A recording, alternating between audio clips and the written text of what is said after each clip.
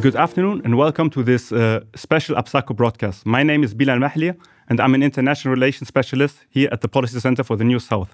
And I'm very pleased to guide today's conversation. Our episode is titled today, Fragmented or United? Africa's Sub-Regions in a New Era. Across the continent, we are seeing major shifts in how regional cooperation works.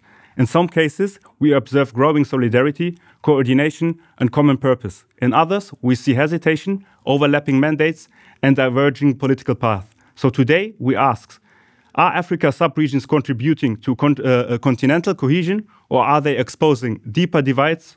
And to help us reflect on these questions, I'm joined today by Saïd Mati Diaw.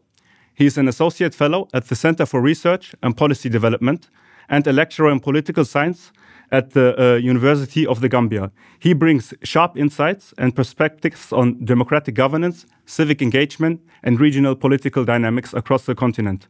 So, Saïd, welcome. It's a pleasure to have you with us today. Thank you. Thank you for having me. Let me begin with a very broad question. Africa's sub-regions currently a source of cohesion or helping countries align their interests and strategies, or are they reinforcing divisions across the continent?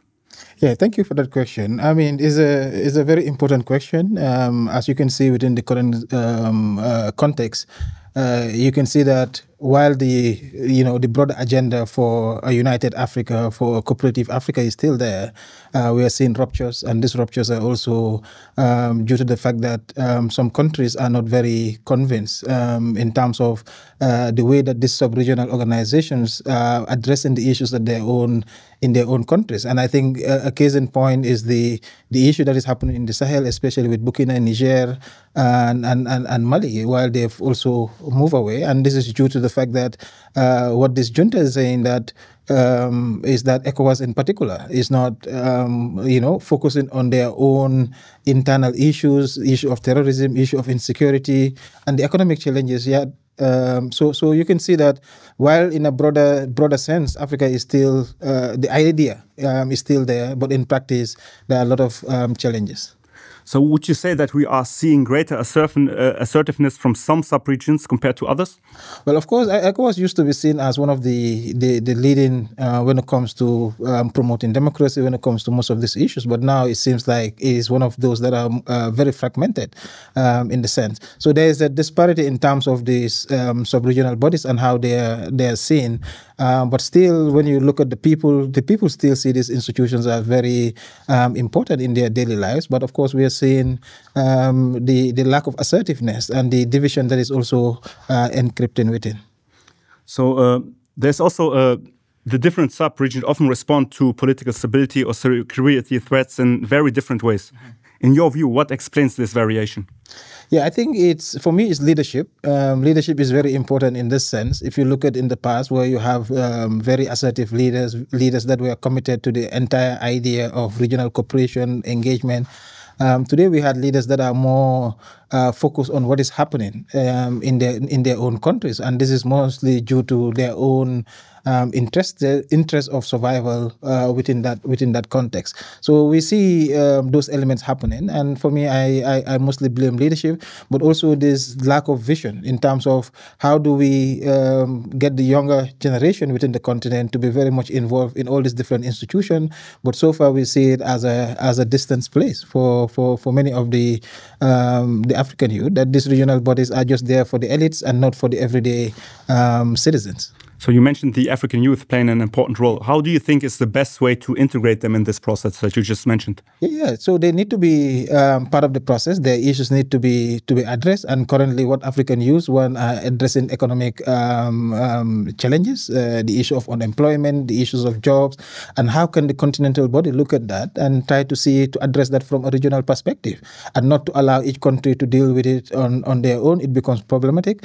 Of course, they have been from the ECOWAS perspective, there's been this idea of free movements of goods and services where people can move from one place to the other, but they need to think about it strategically in a way that it will carry along the young people, but also they need to be seen to be more fair in their dealing and not to look at one country this way and the other country that way. In that way, I think more young people will see them as a fair institution that they want to engage and want to see to be part of.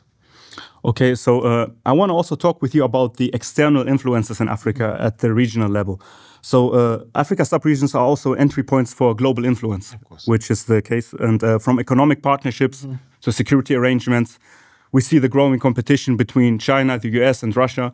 And are regional actors, in your opinion, managing those external relationships strategically, or are we seeing those dynamics contribute to more internal fragmentation? Yeah, I think the issue is over dependence of these regional bodies as well. And usually, as citizens, sometimes we criticize these bodies as too dependent on donor funding, too dependent on what comes in. And that's why at some point, we see this kind of influence that are happening that are making the citizens not to be very okay with the dynamics. And so sometimes for me is we need to know what we want as a continent, understand our issues, and then we'll be able to engage. We cannot be an island in the global, but we need to know what we are bringing to the table and how best it addresses the everyday needs of our people. For me, that's what the relationship between whether China, Russia, or whoever it is, this is the way that we should be looking at it. But unfortunately, the influence from a citizen perspective looks like these regional bodies are more or less advancing the interests of one or two different groupings. Do you think there is some improvement if we compare the situations to the history and now, or do you think we are still stuck in this situation? I think we are still stuck in the situation because, of course, I will say that at some point ECOWAS is improving to an extent in terms of how members are paying their dues and all that. But when it comes to activities, these activities are mostly funded. AU is the same, funded by international organizations. How do Africans start funding their own institution, putting their monies where their mouth is? I think that should be the kind of thinking that we need to do. Otherwise, if we don't do it, we'll just complain and blame those that have interest in Africa. Instead, we need to also project our interests. So I'd like to ask you then about the path forward, shared regional vision. What would it take to build a stronger, more coherent regional system across Africa? I think first we need to revisit the reason why these regional institutions were established in the first place. They were set for a purpose, and this purpose was to bring Africans together. Of course, we are a multi-faceted continent, and so how do we bring all these different people together? How do we cooperate economically? How do we cooperate in terms of collective security? These were the basis of the foundation of which these institutions were established. And I think for me, it required this generation to revisit these ideas and to see how best they can fit within the current setup, especially where the world is changing so fast, and we need to be prepared and to be part of that process. And how can we do this and preserve at the same time? How can regional diversity be preserved while still contributing to a more unified continental future? Yeah, so I mean, at the regional level, the idea is to create this idea of subsidiarity and complementarity. At some point, the regional blocks are closer to the people. Like for instance, ECOWAS is closer to West Africans. But even though we see AU there as well, but AU seems to be very distant. So there needs to be that coordination, collaboration between this institution, so that the Africans will feel like they are part and parcel of these processes. But also to ensure that these institutions are not just like, barking dogs, as some people will want to call it, but people, institution with it. But this requires that states and state institutions connect and also start domesticating some of these, continental policies, regional policies at that level to domesticate it. But most importantly, what we need to do is to bring the citizens at the center of these discussions, and rather than just making it an elite process. Do you have maybe an example where we can look up to, a role model for this idea? Well, I think ECOWAS used to be the good example, but now I think, as you can see with the ruptures that are happening with the Sahelian state, it's becoming difficult to show as an example. But still, I think the foundational elements are still there. The connections are still there. It is easier for us to travel within the region. So those are the things that needs to look at. And I think the current leadership need to look inward and try to see how they can institute and put forward dialogue as a central element Union to ensure that they bring in all these different states that are trying to move away. And I think the good thing is that since they left these three countries, since they formally left the ECOWAS, we still can travel to them. They're still using the African West African passport, and those are things that need to be strengthened. So for me, I will give ECOWAS as an example, but one, with a question mark currently.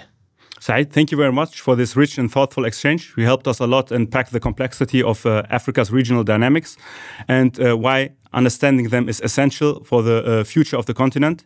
And to our audience, thank you very much for tuning in. Stay with us for more APSACO sessions as you continue to engage with voices shaping Africa's peace and security landscape. Thank you very much, Said. Thank you for having me.